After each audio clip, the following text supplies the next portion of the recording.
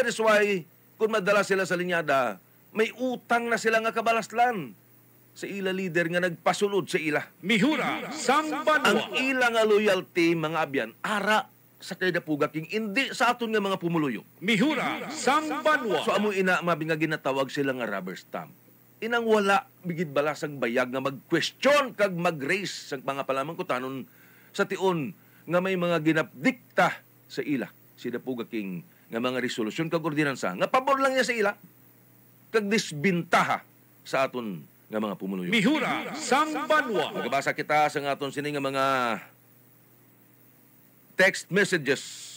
Nagikan sa kay 2931, islanta ang mga konsyahal. Imagine na, manugtapos ng ilang term, hindi pa sila makhibalo sa ilang internal rules kag sang konstitusyon. Ginsermonan gani sila ni Doron nga magtuon sa ila sini nga mga hilikoton. Sa kay 5302, si Doron numero 1 katikalon, konsyahal pero siya pa una bayular sa ordinansa parte sa tarpaulin nga posting. Abogado pa na, ha? Dapat islanagid ang ini nga mga konsyahal. Sa kay 4975, si John Kapulot ginatarget nila kuno nga dagdagon kay daw man ang birwan gid. Maghatag sang premyo si Dapuga King kuno sa mga kapitanis nga hindi makasulod sa top 12. Si John Kapulot. Mahadlok gid sila nga mabuking ang ila kagarukan sa City Hall. Diri sa amon, Kapulot kami. Mihura, sang banwa. Diri mabiyan sa 6200. Ang nag-hold sang fund si Choi. Wala dayong ginbayaran ng mga infra projects nga dapat by August 60% nga bayad na.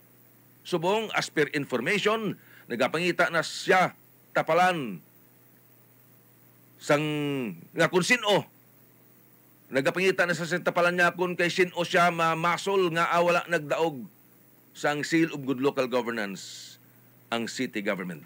Kaya balo ka mo mga abyan, ang Seal of Good Local Governance, isa ini ka-prestigiyoso nga award nga ginhatag sang DILG para sa mga syudad kag probinsya nga may tampad nga panghimanwa. Isa diri ka faktor amo ang ginatawag nga financial administration and sustainability. Actually napulo ini, no? Ikaduha nga importante nga faktor amo ang transparency. Ti diri pa lang sa duha ka aspeto mga biyan sablay na kita. Sablay na. That is why for the last few years wala nakabaton ang syudad sang Iloilo sang Seal of Good Local Governance. Ginpirdi kita sang syudad sang Pasig. Ginpirdi kita sang probinsya sang Iloilo. Ginpirdi kita sa syudad sang Bacolod. Kag madamo pa nga mga syudad sa Negros Island. Kay wala sang transparency diri ang syudad. May problema sa pag-manage pinansyal ang aton nga syudad.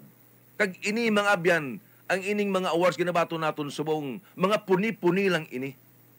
Mga cover up lang ini. But the truth is that suno sa DILG, there is something wrong sa pag-manage naton sa aton kwarta diri sa syudad sang Iloilo. Ang probinsya sang Iloilo, Grand Slam na sila for the last 3 years. Consistent sila nga awardee o recipient sang Seal of Good Local Governance because transparent ang ila pag-manage sang ila nga kwarta. Diri sa aton mga biyan sa duha pa lang kaspito sablay ni kita, how could we make it? How could we be a recipient sang Seal of Good Local Governance? Kay iban gani nga mang konsyalda, present councilors naton wala man sa mga bayag ang iban. Way magkuliga sila nga tanan. Kay wala gid ni isa man sa ila nga magpamangkot abi sa alkalde nga para sa ano ni mayor? Ano ni? Sino makabenepisyo siya ni? Mga bagay nga katulad sina, daw katulad mga abyan nga hindi naton sila representante sa city government. Ang ila amo ya si Dapuga King. Pero sa tiyon sang kampanya nag-aalagsik ang ilang alaway sa pagpangapin sa aton kuno serbisyo publiko. Do sa mga tikalon. Promisa nga magaserbisyo para sa ikaayos ng mga pumuloy yung Ilonggo. Mihura, sang banwa. But look at them now. Wala ni isa sa ila ang nagpangapin sa aton. Nahanungod sa real property tax. So ini mga abyan, dapat nagidislan sila. Ining napulo ka mga bag-uhanon nga mga guya. May mga bright ideas. Mga self-made individuals mga professional ini sila, kag nangin successful sa ila sini nga chosen field of endeavors. Kag luyag lang nila i-apply pinaagi sa pag-offer sang ilang nga public service. Hindi ni sila iya mga salaguron sang syudad. Kaysa mga edad nila nga lamharon, nangin achiever sila. Nangin successful sila sa ilang ginpili nga profesyon mga abyan. Divesa, Piscina, Tupas, Flores, Uñate, Ramos, Kapulot, Espinosa, Hirotse, Mabilog, Zuleta. Ini sila mga abyan ang mga pamatanon nga luyag kakason ang real property tax. So kung makita ninyo sila sa ilon nyo nga barangay, tagain ninyo sila sang panahon. Pamatiin ninyo sila. Basi makapulot kita sang mga maayo nga pagtulunan para sa aton kaayuhan. Mihura sang banwa. Mga abyan, ginakulabos kita sang panahon sa aton nga pagpangalagad. Sa Mihura sang banwa, sa masunod nga mga inadlaw, tinguaw naton nga maangko nila sinipresent sa pinaagi sa pag invite naton in person diri sa Action Radio Iloilo. 20 days left. 20 días na lang mabyan, Pasko na. So ang aton sini nga mga bag-o nga mga manugpungko sa City Council, nagalibot subong sa mga barangay, ginapangabay naton ang aton sini nga mga pumuluyo sa syudad sang Iloilo. Tagain ninyo sila sang panahon. Mamati kita sa ila. Kay man mga abyan, diri naton may baluan kung daw ano sila kasinsiro, kag kung daw ano katampad ang ila nga tuyo nga magserbisyo sa aton nga mga Ilonggo. Mihura sang banwa. Yan ang inyo host, ang inyo anchorman, Alvin Dennis Arabang. Have a nice and happy Wednesday morning, everyone. Mihura sang banwa.